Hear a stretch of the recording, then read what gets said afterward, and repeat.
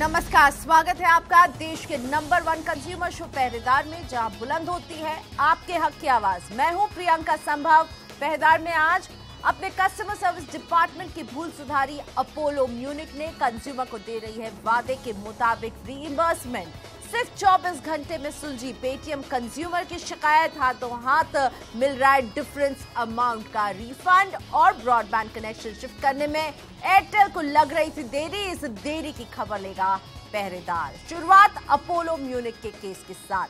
अपने प्रोडक्ट को ज्यादा लुभावना बनाने के लिए कंपनियां प्रोडक्ट के साथ कई ऑफर या उससे जुड़ी सहूलियत देती हैं। मकसद होता है कि मार्केट में मिल रहे दूसरी कंपनी के प्रोडक्ट से उनका प्रोडक्ट बेहतर साबित हो। और कई बार ये ऑफर मौजूदा ग्राहकों को भी मिलते हैं, लेकिन ऐसा भी होता है कि ऑफर के साथ जुड़ी शर्तें कंज्यूमर को पता नहीं होती और उसे प्रोडक्ट या सर्विस लेने के बाद ही पता चलता है कि उसे ऑफर का फायदा नहीं मिलने वाला है। और कुछ ऐसा ही हुआ गुजरात के आनंद में मुकेश पाल के साथ। अपोलो म्यूनिक का इनके पास फैमिली हेल्थ पॉलिसी प्लान था। और क्या हुआ, क्या बीती इन पर, समझते मुकेश जी से जो हमारे साथ जुड़े फोन लाइन पर। नमस्ते मुकेश जी, स्वागत है आपका। आपके पास करीब 4 साल से अपोलो म्यूनिक की ये हेल्थ पॉलिसी थी, तो किस ऑफर का उन्होंने आपको ऑफर दिया और फिर बोल दिया कि ये ऑफर है ही नहीं आपके लिए, समझाइए जरा। जी मैम, मैं अपोलो म्यूनिक से करीबन 4 साल से जुड़ा हुआ हूँ और उनका फैमिली फ्लोटर प्लान मेरे पास था। On 9th March, I received a mail message from the company stating that you are eligible for free health checkup और फर्दर डिटेल्स के लिए you can contact your agent. मैंने जबकि मैंने ये ऑनलाइन परचेज किया अपोलो म्यूनिक से, I have contacted that toll free number और पूरी जानकारी ले उनके रिप्रेजेंटेटिव से कि भाई आपका 3 लाख का सम एश्योर है, तो उस हिसाब से 3000 का हेल्थ चेकअप आपको फ्री कंपनी दे रही है जी। मैंने हेल्थ चेकअप करवाया। उसके बाद जब मैंने कंपनी क्लेम के लिए कंपनी को कांटेक्ट किया तो वो बोलते हैं कि you are not eligible for this benefit because the policy wording has been change from the December 2016। लेकिन आपको मैसेज कब आया था? मैसेज मुझे 9th March 2017 को आया मैम। अच्छा, लेकिन वो कहते कि दिसंबर 2016 से ये जो ऑफर था इसकी वर्डिंग बदल गई है या ये आप इसके लिए एप्लीकेबल नहीं, यही कहा आपको कस्टमर केयर ने? Pardon ma'am? कस्टमर केयर से आपकी क्या बातचीत हो रही थी? उन्होंने मना कर दिया ना। मार्च में आपके पास मैसेज आ रहा है, पर वो आपको कह रहे थे कि दिसंबर में ये डिसकंटिन्यू हो चुकी थी। हाँ एग्जैक्टली। तो मैंने उनको यही पूछा कि अगर आपकी पॉलिसी वर्डिंग December 2016 को ही चेंज हो गई है तो मुझे 9th March 2017 को मैसेज क्यों मिल रहा है? दूसरा कि अगर ये मैसेज गलती से सेंड हुआ है तो मैंने आपके रिप्रेजेंटेटिव को over the toll free number भी बात किया और उन्होंने भी यही इन्फॉर्मेशन शेयर किया। तो मतलब ये गलती आपके एंड पे है, तो you have to reimburse cost. यानी मुकेश जी, वो जो उनका कस्टमर केयर था उसने भी कंफर्म किया कि हाँ आप एलिजिबल हैं, आप टेस्ट करवा लीजिए और फिर हम आपको रीइंबर्स करेंगे। सही, एग्जैक्टली मैम। ओके, लेकिन अब वो मुकर रही थी कंपनी की ऐसा कुछ नहीं हो सकता, आपने जो मेडिकल चेकअप पे जो भी खर्चा किया है वो हम रीइंबर्स नहीं करेंगे। एग्जैक्टली मैम, मैं I keep on follow with them for at least 1 month time. बाद में मुझे रियलाइज हुआ कि they people are not going to reimburse my cost and all the different representative call at a different interval and say we are apologize for the inconvenience but we cannot reimburse। मतलब एक तरह से उन्होंने chapter close ही कर दिया था, माफी मांग ली थी कि जी हम ये पैसे वापस नहीं कर सकते हैं क्योंकि उस ऑफर के लिए आप एलिजिबल नहीं होते। दिसंबर में वो जो है डिसकंटिन्यू हो गया था ये ऑफर, लेकिन मार्च में आता है मैसेज। फिर उनके कस्टमर केयर ने भी आपको कहा कि हाँ आप करवा लीजिए। अब ये पैसे आपको वापस मिल रहे हैं ना मुकेश जी, और इसमें पहरेदार की भूमिका कितनी अहम रही है? हाँ डेफिनेटली मैम, मैंने पहरेदार को अप्रोच किया। अभी पहरेदार के इन्वॉल्व होने के बाद ये पूरा रिवर्स ट्रेंड हो गया है। अब तक 1 महीने से मैं उनका फॉलोअप ले रहा था। पहरेदार का इंट्रोड्यूस करने के बाद they people follow up with me कि सर हम आपका ईमेल कम्युनिकेशन हो गया कि हम आपका पैसा रिएम्बर्स कर रहे हैं। अभी just now I received a message that कि आपके डॉक्यूमेंट सब मिल गए हैं and as soon as we will reimburse your money. बहुत बढ़िया, thankful to Paharedar to get this justice in this case. बिल्कुल, बात ये नहीं कि 3000 रुपए, बात ये थी कि मैसेज आता है कि आप इस सुविधा का फायदा उठा सकते हैं। उसके बाद मुकेश जी जैसा बताए थे, उन्होंने कस्टमर केयर से कंफर्म किया और उसके बाद मुकर जाती है कंपनी कि नहीं आप इस ऑफर के लिए एलिजिबल नहीं है। और यही जो बात है यही चुभ रही थी मुकेश जी को। मैं ठीक कह रही हूँ ना मुकेश जी? धन्यवाद, आपने हमसे बात की। हमें खुशी है कि आपको अपने पैसे मिल रहे हैं। मुकेश जी की कंपनी के साथ रस्साकशी पहरेदार ने तो खत्म कर दी, लेकिन ऐसा क्यों हुआ ये जानने के लिए पहरेदार ने कंपनी से संपर्क किया। अपने आधिकारिक जवाब में अपोलो म्यूनिक ने पहरेदार को बताया कि कंपनी की तरफ से एसएमएस के जरिए भेजे गए ऑफर में कुछ शर्तें भी थी और इन शर्तों के मुताबिक मुकेश जी की पॉलिसी पर यह ऑफर लागू नहीं होता था। हालांकि कंपनी ने माना है कि ग्राहक को कस्टमर सर्विस डिपार्टमेंट से सही जानकारी नहीं मिली और इसके लिए कंपनी ने खेद भी जताया है। कंपनी ने हमें बताया है कि वो कस्टमर सर्विस जेस्चर के रूप में मुकेश जी को 3,000 रुपए का मेडिकल खर्च रीइंबर्स करने को तैयार है और इसके लिए उन्होंने कस्टमर से जरूरी दस्तावेज जमा कराने को कह दिया है। मुकेश जी खुद हमारे साथ थे, वो भी बता रहे थे कि अब उन्हें ये भी मैसेज आ गया कि सारे पेपर्स ठीक है, अब बस उन्हें ये पैसे वापस मिलने वाले हैं 3,000 रुपए। बढ़ते हैं आगे। वादा था सस्ते प्रोडक्ट का, लेकिन ऑफर के नाम पर बेच दिया गया एमआरपी से ज्यादा पर। यही शिकायत है जोधपुर के अनमोल केडिया की और कंपनी है पेटीएम। अनमोल ने पेटीएम के प्लेटफॉर्म से एयर टिकट बुक किए थे, लेकिन उनका आरोप है कि एयरलाइन की तय की हुई कीमतों से ज्यादा कीमत पेटीएम ने वसूली है इनसे। पूरी आप बीती सुनते हैं अनमोल से। अनमोल जी नमस्ते, स्वागत है आपका। क्या हुआ था? पेटीएम से आपने एयर टिकट खरीदा था? मैंने ये पेटीएम से टिकट खरीदी थी फ्लाइट की, जो ये बेंगलोर से मुंबई के लिए थी। 16 मई की जर्नी थी ये। फिर मैंने कुछ दिन बाद जैसे ही मैंने गो एयर की आइटिनरी मैंने अपने डेस्कटॉप पे देखी कि उसका रिसिप्ट पड़ा है, तो उसमें मैंने देखा टोटल चार्ज 11,367 चार्ज हुआ था टोटल। तो मैंने उसको फिर पेटीएम वॉलेट से अपना मैंने चेक किया उसका, तो उसमें पेटीएम वॉलेट में उधर टोटल डेबिट उसमें 13,986 आ रहा था। फिर मैंने जैसे ही उसको चेक किया तो फिर मैंने ये कैलकुलेट किया इसका डिफरेंस अमाउंट, तो टोटल 1959 टोटल डिफरेंस अमाउंट आ रहा था इसमें। तो मैंने इसके बारे में फिर पेटीएम से हेल्पलाइन पे कंप्लेंट की इसके बारे में कि मेरा इतना डिफरेंस अमाउंट क्यों आ रहा है। तो उन्होंने कहा कि ये कुछ टेक्निकल एरर्स है, तो हम इसके लिए आगे देखते हैं क्या सॉल्यूशन हो सकते हैं। यानी 11,368 रुपए का टिकट था, लेकिन पेटीएम ने आपसे वसूले थे 13,986 रुपए। ओके, और फिर आपने अपनी कंप्लेन वहां पे दर्ज कर दी कि देखिए आपने ज्यादा पैसे लिए। क्या पेटीएम ने कैसे आपको राहत पहुंचाई? क्या हुआ आपके साथ? पेटीएम ने मैंने कंप्लेन तो लिखा दी थी 19 मई को मैंने कंप्लेन लिखा दी थी, मगर उसके लिए उन्होंने कम से कम 10-12 दिन निकाल दिए। मैंने रोज उनको कॉल करता था, रोज वो कहते हैं कि 24 आवर्स आप वेट करिए, 24 आवर्स वेट में आपको ना सोल्यूशन मिल जाएंगे। मगर जब तक इनको 10-12 दिन निकल गए तो मैं सोचा कि मेरे को सीएनबीसी पहरेदार की मदद लेनी पड़ेगी। फिर मैंने आपसे संपर्क किया, तो इसके बारे में मेरे को पता चला कि आपने ये सॉल्यूशन मेरे को विदिन 6 आवर्स के अंदर मेरे को सॉल्यूशन मिल गया, इसमें रिफंड आ गया मेरे को। विदिन 6 आवर्स आपको रिफंड मिल चुका है और साथ में पेटीएम आपको रिफंड ही नहीं दे रही है, अपनी गलती को मानते हुए आपको कुछ गिफ्ट भी दे रही है।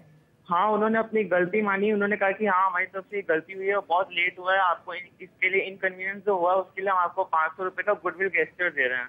चलिए बढ़िया, तो मामला सुलझ गया है अनमोल का। धन्यवाद अनमोल। लेकिन ये बताइए, कहीं कहीं आपको लगने लगा था कि लगता है ये पैसे जो हैं अब मुझे वापस पेटीएम से नहीं मिलने वाले हैं? हाँ, मेरे को बिल्कुल लग रहा था, क्योंकि इसके मैंने कम से कम 10-12 दिन निकाल दिए। उन्होंने कहा कि अब ये मेरे को लगता है पैसे डूब रहे हैं, तो मेरे को यही लग गया था कि पेटीएम से मतलब फ्लाइट की बुकिंग के लिए मेरे को ना किसी के पास पहरेदार के पास जाना पड़ेगा। चलिए, तो पहरेदार के पास आए, आप संतुष्ट हैं अब? हाँ, बहुत ज्यादा। थैंक यू आपको और आपकी टीम को, मेरे पैसे वापस आ गए। थैंक यू अनमोल। तो ये पैसे आपके थे, आपको ही मिलने थे, बस देर जरूर लग गई है। तो अनमोल केडिया को वापस मिल गए जो पेटीएम पर बकाया था इनका। पहरेदार ने इस मामले की जानकारी पेटीएम को दी और जानना चाहा कि ऐसा क्यों हुआ। कंपनी का आधिकारिक जवाब तो हमें शो रिकॉर्ड किए जाने तक नहीं मिला था, लेकिन कंपनी ने तेजी से इस मामले की सुनवाई की। खुद अनमोल बता रहे थे कि हमने जैसे ही उनका मामला उठाया उसके 6 घंटे के भीतर उन्हें वो जो पैसे उनके फंसे हुए थे वो पेटीएम ने वापस कर दिए। यानी हमारे ईमेल के बाद पेटीएम तुरंत एक्शन में आई और अनमोल को उनके पैसे वापस मिल चुके हैं। इसी के साथ लेते हैं एक छोटा सा ब्रेक। अभी हाजिर हो रहे हैं। ब्रेक के बाद एयरटेल के ब्रॉडबैंड कंज्यूमर की दिक्कत कैसे हुई दूर।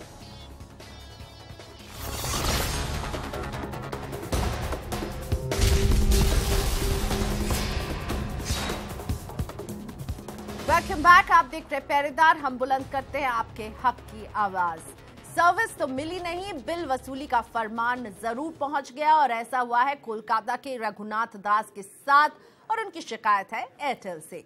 रघुनाथ एयरटेल के ब्रॉडबैंड कनेक्शन का इस्तेमाल कर रहे थे। किराए का घर इन्होंने बदला और इसके साथ ही इन्होंने इस एयरटेल कनेक्शन को शिफ्ट करने के लिए भी रिक्वेस्ट भेजा। फिर क्या हुआ इनके साथ, समझते रघुनाथ जी से। हमारे साथ जुड़ चुके हैं फोन लाइन पर। नमस्ते रघुनाथ जी, स्वागत है आपका। आप ये ब्रॉडबैंड कनेक्शन शिफ्ट करना चाहते थे, आपने रिक्वेस्ट भी दे दी थी, लेकिन क्या हुआ, ये शिफ्ट नहीं हो पा रहा था और क्यों? शिफ्ट नहीं हो पा रहा था, लेकिन शिफ्ट उसके बाद मैंने डिस्कनेक्शन रिक्वेस्ट किया, लेकिन डिस्कनेक्ट किया नहीं है। लेकिन लगातार फरवरी, मार्च एंड अप्रैल का बिल मुझे भेज दिया लास्टली। अच्छा, 3 महीने का बिल आपको, कितने अमाउंट का बिल भेजा? और ये 3 महीने वही थे जो आपने घर शिफ्ट किया था, राइट? Yes yes. फरवरी में आपने घर शिफ्ट किया था? जनवरी में, ऑन 30th जनवरी के आखिर में घर शिफ्ट किया। फरवरी, मार्च, अप्रैल, 3 महीने का ये बिल कितने अमाउंट का भेजा था? जब आपने उन्हें कांटेक्ट करके कहा कि ये बिल आप क्यों भेज रहे जब ब्रॉडबैंड कनेक्शन नहीं है, तो एयरटेल ने क्या रिस्पांस दिया आपको? हाँ, एयरटेल ने फोर्स किया मुझे पेमेंट करने के लिए, लेकिन मैंने पेमेंट नहीं किया। फिर पैरादार को मैंने मेल भेजा, पैरादार से मुझे हेल्प मिली और अभी एयरटेल से मेरे पास सारे बिल माफ हुआ है, मेरा डिस्कनेक्शन कंप्लीट हुआ। अब डिस्कनेक्ट हो गया है। जो आप रिक्वेस्ट पिछले 1-2 महीने से करे जा रहे थे किसे, या तो आप शिफ्ट कर दीजिए या डिस्कनेक्ट कर दीजिए, आपकी दोनों ही बात नहीं सुनी जा रही थी ना? हाँ, दोनों, कोई भी काम नहीं हो रहा था। और साथ में आपसे ये पैसे की वसूली बार बार उसका जिक्र कर रहे थे कि आप पैसे दीजिए, आपको इसके लिए कई कॉल्स भी आ रहे थे? हाँ, बहुत कॉल आए थे। एवरी डे डिफरेंट टेलीकॉलर मुझे कॉल करके मुझे परेशान किया। बोला आप बिल नहीं देंगे तो हम लीगल नोटिस भेजेंगे, अभी बिल पेमेंट कीजिए। फिर मैं बैंक में काम करता हूँ, मेरे वर्किंग आवर्स में कॉल करते थे, मुझे डिस्टर्ब करते थे। अब ये कॉल्स आने बंद हो चुके हैं? अब ये कॉल्स आने बंद हो चुके हैं मिस्टर दास? हाँ, कॉल आना बंद हो चुका है। चलिए, तो कॉल आना बंद हो चुका है। एयरटेल ने आपको ये भी बता दिया कि अब आपका कनेक्शन जो है वो डिस्कनेक्ट कर देंगे, जिसकी मांग पहले से ही रघुनाथ जी करते हुए आए थे। धन्यवाद रघुनाथ जी हमसे बात करने के लिए।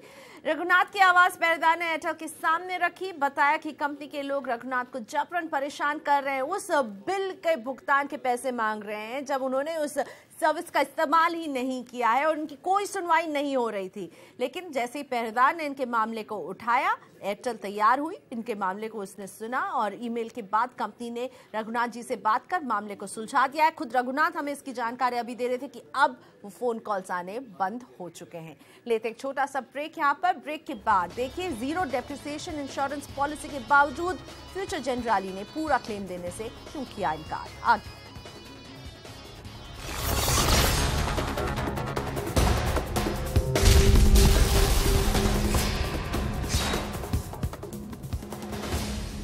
कार के लिए 2 तरह के इंश्योरेंस मिलते हैं, एक नॉर्मल और दूसरा जीरो डेप्रिसिएशन, जिसे ज्यादातर लोग जीरो डेप भी कहते हैं। जीरो डेप इंश्योरेंस पॉलिसी का फायदा ये होता है कि इसके तहत गाड़ी का हर पुर्जा कवर होता है और यही सोचकर अंबाला के प्रमोद अग्रवाल ने भी अपनी कार का बीमा जीरो डेप के तहत कराया था, ताकि जरूरत पड़े तो कार ठीक करने पर खर्चा कम हो। लेकिन इनकी बीमा कंपनी फ्यूचर जनरली ने एक हादसे के बाद रुपए का खर्च क्लेम करने पर प्रमोद जी को पापड़ बिलवा दिए। क्या हुआ प्रमोद अग्रवाल के साथ, इनकी आप बीती सुनते हैं। प्रमोद जी हमारे साथ जुड़ रहे हैं अंबाला से। नमस्ते मिस्टर अग्रवाल, स्वागत है आपका। क्या हुआ था आपकी गाड़ी के साथ और क्यों फ्यूचर जनरली आपका क्लेम रिजेक्ट कर रही है? नमस्ते जी, मैंने एक्सीडेंट जब मेरी गाड़ी का हुआ तो मैंने इंटीमेट किया इंश्योरेंस कंपनी को और गाड़ी ऑथराइज सर्विस स्टेशन में जाके गाड़ी खड़ी करवा दी। लेकिन उसके बाद कंपनी ने पहले तो मना कर दिया कि आप ये हमारे ऑथराइज प्रेफर्ड डीलर हैं तो इनके थ्रू आपको क्लेम नहीं मिलेगा। फिर बोलते हैं कि क्लेम सेटलमेंट के टाइम में कि अब आप अगर इनके पास ही गाड़ी ठीक कराओगे तो हम आपको बहुत से अदर बेनिफिट्स जो पॉलिसी में होते हैं, जैसे कि कैशलेस की फैसिलिटी है वो नहीं हम प्रोवाइड करेंगे। इसके अलावा बोलते हैं कि कुछ पार्ट्स हैं जो आपके वो हम लोग नहीं पास करेंगे। उन्होंने ऐसा किया, पास भी नहीं किए बहुत सी चीजें। सेंसर्स लगे हुए थे जैसे मेरी गाड़ी में बोनट के अंदर, बैक रियर बम्पर में, वो उन्होंने रिजेक्ट कर दिए। लेफ्ट साइड थी, लेफ्ट साइड इन्होंने नहीं दी मेरे को क्लेम में। मैं लास्ट में मैंने फिर अपना चेक देकर अपना गाड़ी में वर्कशॉप से वापस ले आया। लेकिन आप जो सर्विस सेंटर में गए थे इसकी रिपेयर के लिए, वो ऑथराइज सर्विस सेंटर ही था और वो उस बीमा कंपनी के लिस्ट में शामिल नहीं था, एक वजह ये बता रहे थे वो, ऐसा भी था? आपने चेक किया था? एग्जैक्टली, उन्होंने यही बोला कि ये हमारा प्रेफर्ड वर्कशॉप नहीं है। ये लोग प्रेफर्ड वर्कशॉप उनको मानते हैं जो यहाँ के लोकल वेंडर हैं, जो लोकल अपनी वर्कशॉप खोल के बैठे हैं। मेरे को इंसिस्ट करते रहे कि उन लोकल वेंडर्स के पास करा लो आप रिपेयर्स अपनी, ऑथराइज डीलरशिप के पास मत जाओ। जबकि मैंने बम्पर टू बम्पर, जिसे dep cap, zero dep cap कहते हैं, वो वाली पॉलिसी मैंने करा रखी थी। और आपने पूरा ये एस्टिमेट जो है वो बीमा कंपनी के साथ शेयर किया था? बीमा कंपनी के साथ जो एस्टिमेट था वो ऑथराइज डीलर ने किया होगा शेयर, क्योंकि मैं तो उनके पास जाके गाड़ी खड़ी करती थी कि मेरे को ये रिपेयर करवानी है गाड़ी। ओके, तो क्या कहा बीमा कंपनी ने जो उनके पास एस्टिमेट पहुंचा, और क्या उसमें इस डीलर ने सारे ही क्लेम्स डाले थे? ये आपने चेक किया था या नहीं प्रमोद जी? बीमा कंपनी ने तो क्या कम्युनिकेशन करी ऑथराइज डीलरशिप ने, ये तो मुझे नहीं मालूम। हाँ, लेकिन ये जरूर मालूम है कि मेरा कोई 15 से 20 हजार रुपए के कुछ क्लेम अमाउंट है जो वो नहीं दे रहे हैं। जैसे कि कुछ सेंसर्स हैं, कुछ लेफ्ट साइड का एक्सीडेंट के दौरान नुकसान हुआ वो है, एक डिग्गी थी, एक टेल लाइट थी, वो उन्होंने रिजेक्ट कर दी थी। बट लेटर स्टेज पर जब मैंने पहरेदार को जब मैंने कांटेक्ट किया तो उनकी मदद से मेरे को 4000 का तो उन्होंने एश्योरेंस दे दिया है। तो पार्शियल पेमेंट आपको मिला है? लेकिन पार्शियल पेमेंट नहीं, पार्शियल पेमेंट उन्होंने एश्योर करी, मिला तो भी कुछ नहीं, लेकिन उन्होंने एश्योरेंस दे दिया कि 4000 तक के हम आपको क्लेम दे देंगे। रेस्ट बाकी के 15-20 हजार रुपए वो ना कर रहे हैं, ना हाँ कर रहे हैं, ना मेल पे रिवर्ट कर रहे हैं। अच्छा, और क्या उनके बेसिस क्या है उनके इस रिजेक्शन का? वो क्या कह रहे हैं? क्योंकि आप प्रेफर्ड वर्कशॉप में नहीं गए इसलिए? वो रीजंस कुछ दे ही नहीं रहे हैं, वो जवाब ही नहीं दे रहे हैं। अच्छा, कुछ बात ही नहीं कर रहे हैं। तो कम्युनिकेशन ही एक तरह से कंपनी ने आपके साथ बंद कर दिया है। लेकिन हाँ, पहरेदार की दखल के बाद ये जरूर हुआ है कि इनके पूरे खर्चे का कुछ हिस्सा जो है, मैं ठीक बोल रही हूँ, कुछ हिस्सा वो अब देने के लिए तैयार हो गए हैं प्रमोद जी? हाँ जी, हाँ जी, जी जी जी। लेकिन आप इससे संतुष्ट नहीं है? आपका मानना है और आपका क्लेम ये है कि पूरा जो 15-20 हजार का खर्चा वो आपको मिलना चाहिए? जी। चलिए, तो हम ये कोशिश जारी रखेंगे, फ्यूचर जनरली से फिर से बात करेंगे। लेकिन फिलहाल यही केस में बात यहाँ तक पहुंची है कि कुछ हिस्सा फ्यूचर जनरली इन्हें दे रही है, पेमेंट कर रही है, लेकिन वो भी पहरेदार की कोशिश के बाद। बताते हैं कि इस पर फ्यूचर जनरली का रुख क्या रहा है। हम जानना चाहते थे कंपनी से कि इतनी देरी क्यों लग रही है। हमने ये सवाल रखा फ्यूचर जनरली के सामने और फ्यूचर जनरली ने अपने आधिकारिक जवाब में हमें बताया कि पहरेदार की ईमेल के पहले भी कंपनी ग्राहक से बात कर रही थी।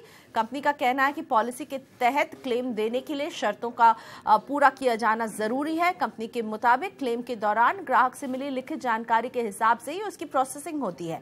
फ्यूचर जनरली का दावा है कि उसने अपनी जिम्मेदारी का ख्याल रखते हुए वाजिब रकम का भुगतान वर्कशॉप को करने की मंजूरी दे दी है। कंपनी का कहना है कि वो अपने कस्टमर से किए वादे पूरे करने और उन्हें पूरी तरह से संतुष्ट रखने के लिए कदम उठाती है। तो फ्यूचर जनरली के मुताबिक उसने जो कदम उठाया है वो पूरी तरह से इन कंट्रोल है और जितना वो दे सकते थे उतना उन्होंने दे दिया है। बाकी प्रमोद जी का कहना है कि जो पेमेंट हो रही है वो पूरे क्लेम की नहीं हो रही है, जबकि उन्होंने जीरो डेप लिया था फ्यूचर जनरली से और फ्यूचर जनरली उनके क्लेम को नजरअंदाज कर रही है, कुछ हिस्सा ही पे कर रही है। इसी के साथ पहरेदार में हमें दीजिए इजाजत। हम अगले हफ्ते फिर हाजिर रहेंगे आपकी आवाज बुलंद करने के लिए। आप अपनी शिकायत, अपनी राय और अपने सुझाव हमें ईमेल के जरिए भेज सकते हैं pehredar@nw18.com। ये है हमारा ईमेल एड्रेस। मुझे दीजिए इजाजत। नमस्कार।